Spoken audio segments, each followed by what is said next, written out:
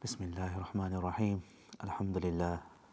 Alhamdulillahi Rabbil Alameen. Wassalatu wassalamu ala Sayyidina wa Mawlana Muhammad wa ala alihi wa sahbihi ajma'een wa ala kulli man tabi'ahum bi ihsanin ila yawmiddin. Assalamu alaikum, my dear listeners. This is the last day of the month of Ramadan, and as we proceed to the end of the month of Ramadan, I'd like to just get into it and remind myself and you the last things that we should be doing before the end of Ramadan. I think I'll talk about the most important thing, and that is the Sadaqatul Fitr, and as some would call it, Zakatul Fitr. I'd like to mention, just for educational purposes, don't worry, it's not to take mistakes out or pinpoint anything, but just general mistakes that we make every single year for educational purposes. For myself, a reminder is that many times we make a few mistakes when it comes to giving our Zakatul Fitr or Fitrana in our Asian community, we call it. All of them mean the same thing. Some of the mistakes that we make, so that we can, when we are fulfilling our obligations, it's important that we know how to do it and the best manner. That's why Allah subhanahu wa ta'ala says, do things with ihsan. Do it in the best manner you can. In order to do it in the best manner, the first thing we need, obviously, is knowledge. Knowledge is very important. So this is what I'd like to share with you today, that how we should discharge of our Zakatul Fitr, and common questions within the next 10 minutes. First of all, what is a Zakatul Fitr? The way you want to look at a Zakatul Fitr is think about the word Fitr. Fa-tara. Think about the word Fitr, and then think about the word that you use all the time. We use it every day. When is iftar? Fitr and iftar, same root. It means to break. So when we say Sadaqatul Fitr and when we say Eid al-Fitr, it means the fitrana you give, actually you give before the Eid prayers. Not just before the Eid prayers, before the Eid prayers. The Prophet sallallahu alaihi wasallam, I share this hadith with you, narrated by Ibn Umar radiallahu anhu, that he says that Zakatul Fitr is compulsory on every slave, free man, male, female, young and old, among the Muslims, 1 sa'. 1 sa' is a measurement, and measurement of 4 double handfuls of dried dates or barley. So preferably food be given. But I know here we don't have that accessibility and that freedom, but preferably if you're in those countries where there are poor people who can't get food, it's better to buy food and give them food, although it is permissible to give money. So some of the mistakes that we make is that we tend to delay our Sadaqatul Fitr right till the end. And sometimes we see that, generally speaking, that in the masjids they collect Zakatul Fitr while the Imam is sitting on the mimbar, on the pulpit, and the basket or the bucket is going around, to collect. It shouldn't be, it is collected, it is permissible, but that's very late. That's a mistake in collecting that late, because how do you think the poor people will enjoy their Eid on that day if we are collecting the money? It will definitely not reach them. And one of the main wisdoms and the main purpose of collecting Zakatul Fitr is so that the poor people on that day can also have something to eat, enjoy meat, fish, whatever, and also have a happy day. So it's very important that we don't delay Zakatul Fitr right till the Eid time. If someone delays it till the morning, then it's guaranteed we will not be able to discharge our Zakatul Fitr to the poor people. That's the first point. Now, the second point is when we give, also similar to the first one, when we give overseas, when we give Bangladesh, Pakistan, wherever we give it, if we're going to give it, we need to give it early, so that it reaches them on time, so that they get the money and then they can buy with that money food. So similar to the first point.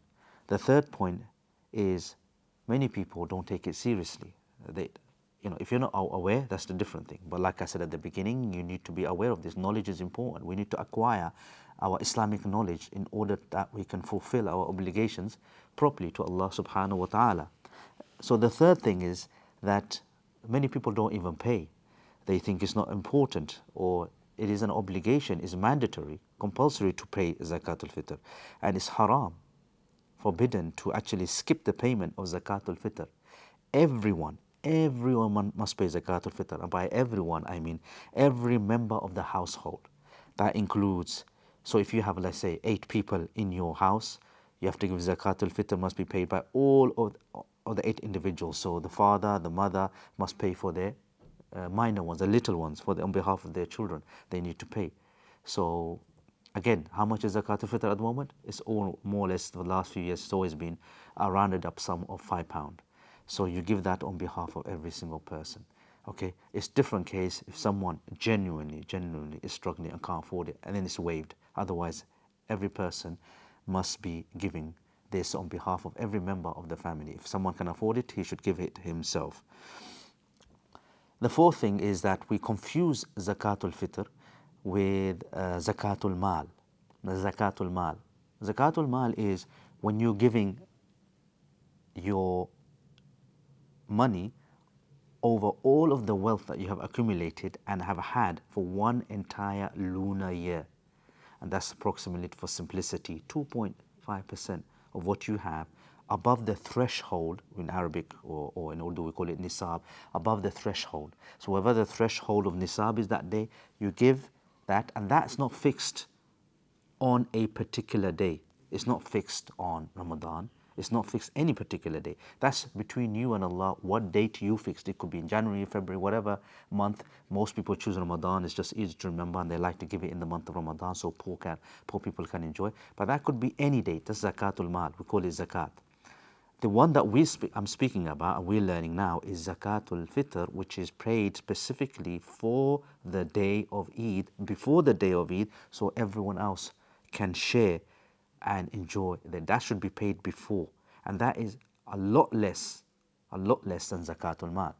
Okay, so, and then the other thing is, which I mentioned, was it's preferable to give food. I know living in this country is very difficult, but if you're in listening from India, Bangladesh, Pakistan, it's better to buy the food and provide the food for the day, and give them food on that day so that they can enjoy. It's narrated by the companion Abu Sa'id Khudri radiallahu anh, that he used to give, they said that in the time, he used to say, in the time of the Prophet, we used to give Zakatul Fitr as a sa' of food, dried dates, barley, raisin, or even dried cheese.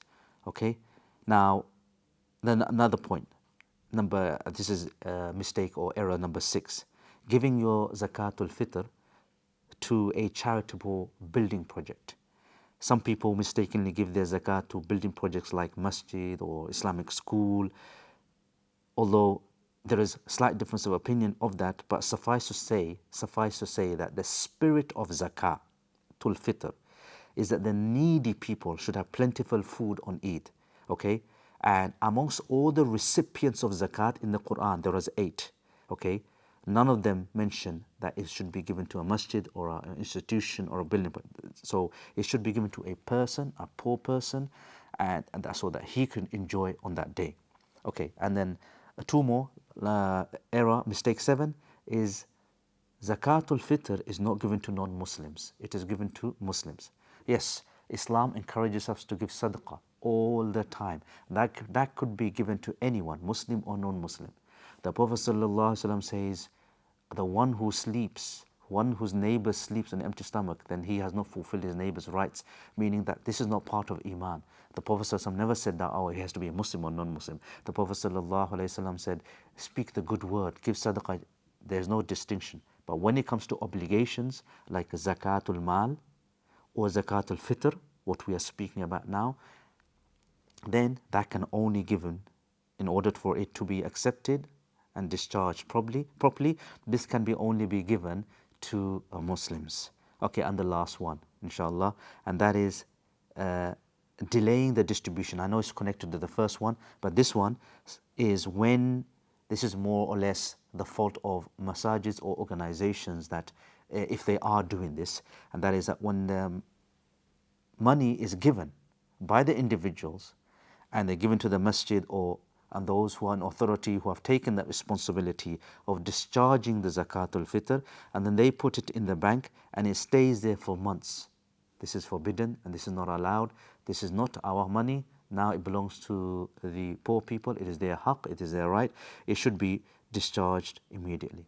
I hope that these small little points will be beneficial for us now and in the future, inshallah. May Allah subhanahu wa ta'ala enable us to fulfill our zakatul fitr. And lastly, I'd like to say the zakatul fitr is for our benefit, inshallah, by giving it. The Prophet sallallahu alaihi wasallam said, any mistakes we have done in the month of Ramadan, and I'm sure all of us, we have made plenty of mistakes, those are compensated for. And we pray that Allah subhanahu wa ta'ala accept our last fast, and Allah subhanahu wa ta'ala accept our siyam, qiyam, and dua in the last few hours of this blessed day of the month of Ramadan. Ameen. Wa akhiru da'wana alhamdulillahi rabbil alameen.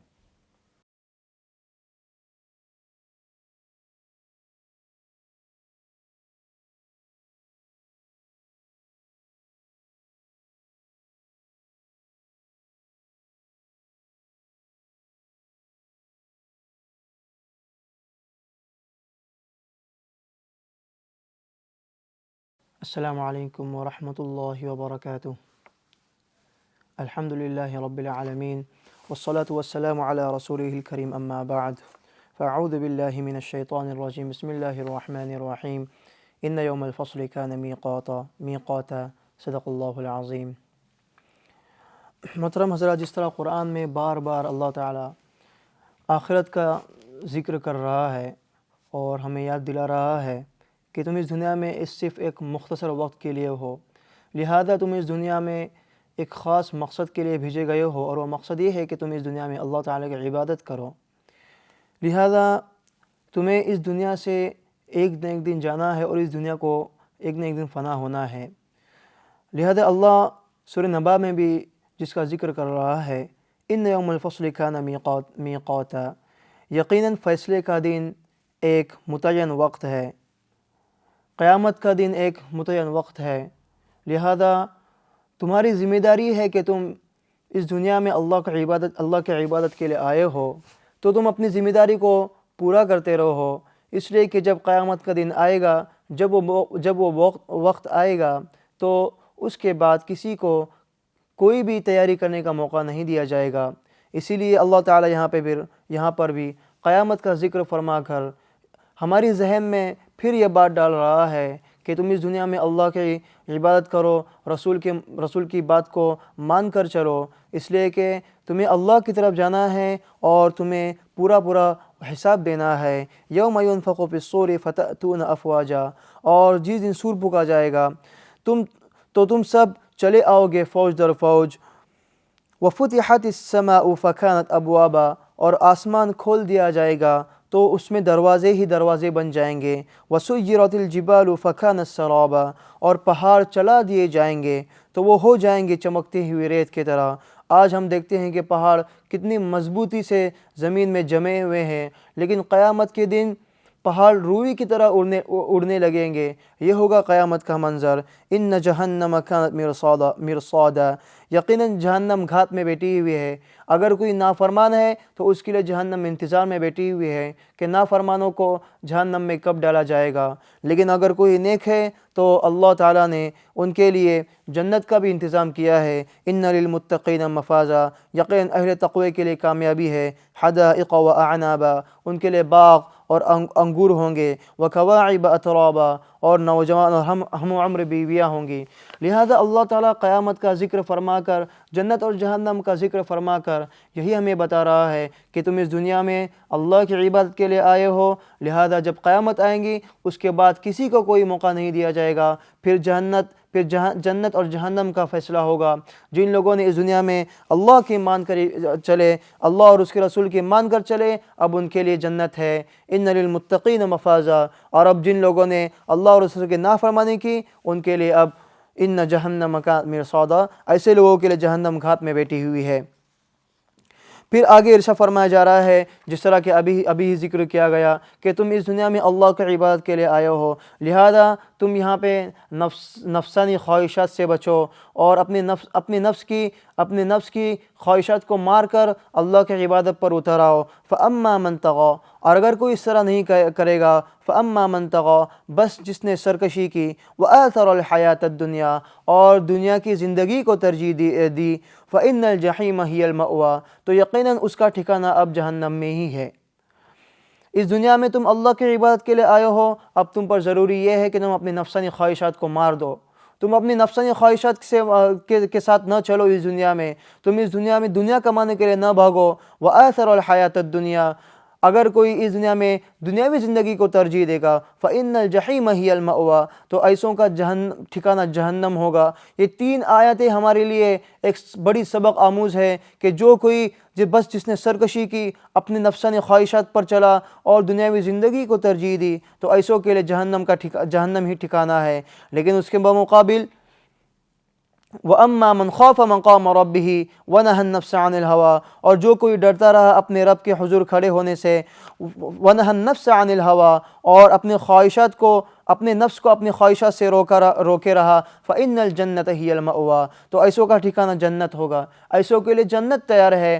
اور جو کوئی اللہ کی اور اس کے رسول کی نافرمانی کرے گا، اس کے لیے اب جہنم تیار ہے۔ فَإِنَّ الْجَحِيمَ هِيَ الْمَأْوَىٰ، جس طرح کہ پچھلی آیتوں میں بھی اس کا ذکر کیا گیا ہے کہ جہنمی جب جہنم کی طرف جائیں گے تو ان کے لیے جہنم کے دروازے کھول دیے جائیں گے، اور انہیں جہنم کا فرشتہ پوچھنے والا پوچھے گا کہ تمہیں اس دنیا میں ڈرانے والا نہیں آئے؟ تو جہنمی کہیں گے کہ ہمیں ڈرانے والے آئے تھے۔ اور جب جنتی جنت میں جائیں گے تو جنت کے فرشتے ان کا استقبال کریں گے، انہیں سلام پیش کریں گے، اور ان کے لیے مہمان نوازی ہوگی۔ اور اس کے بمقابل جہنمیوں کے لیے ان کی مہمان نوازی زقوم کے درخت سے ہوگی، انہیں کھولتا ہوا پانی پلایا جائے گا۔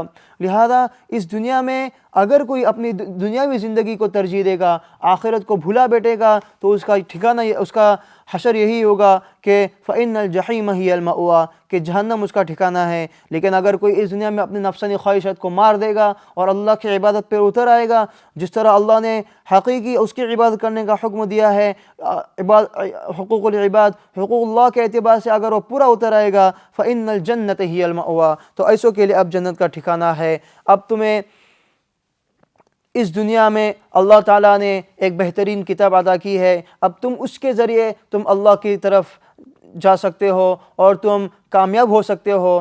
اب تم نے جس طرح دعا کی تھی کہ صراط الذین انعمت علیہم، کہ اللہ ہمیں ان لوگوں کا راستہ بتا جن پر تو نے انعام کیا ہے، اگر تم اس قرآن کے ذریعے، اگر تم اس قرآن کے احکامات پر مکمل عمل کرو گے تو تمہیں انعمت علیہم، جن پر اللہ کا انعام ہے، تمہیں ان کے راستوں پر چلنا آسان ہو جائے گا۔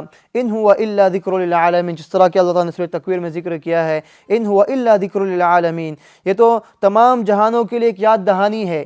انسان کی فطرت میں یہ چیز بسی ہوئی ہے کہ انسان اللہ کو جانے، لیکن اس دنیا میں رہتے ہوئے وہ نفسانی خواہشات کے پیچھے بھاگتا ہے، وہ اس دنیا کی رنگینیاں کو دیکھ کر اس دنیا میں اللہ کو بھول جاتا ہے۔ تو ایسوں کے لیے ہم تمام کے لیے یہ قرآن اب ذکر ہے، ایک یاد دہانی اللہ کی طرف سے کہ تم نے جو دعا کی تھی کہ اے اللہ ہمیں تو ان پر چلا جن پر تیرا انعام ہے، اب یا ہمیں تو جنت کے راستے کی طرف چلا، ہمیں تو سیدھے راستے پر چلا جس کا تو نے حکم دیا ہے۔ تو یہ قرآن، اگر تم اس قرآن پر عمل کرو گے تو تمہیں اللہ کی طرف اور تمہیں رسول کے راستے کی طرف چلنے کے لیے آسانی ہوگی، اور تم اگر تم قرآن کو تھامے رکھو گے تو تمہیں اللہ اور اس کے رسول کے راستے پر چلنے کے لیے آسانی ہوگی۔ اللہ تعالی ہمیں قرآن پر مکمل طور پر عمل کرنے کی توفیق عطا فرمائے، آمین۔ وآخر دعوانا ان الحمد للہ رب العالمین۔ السلام علیکم ورحمۃ اللہ وبرکاتہ۔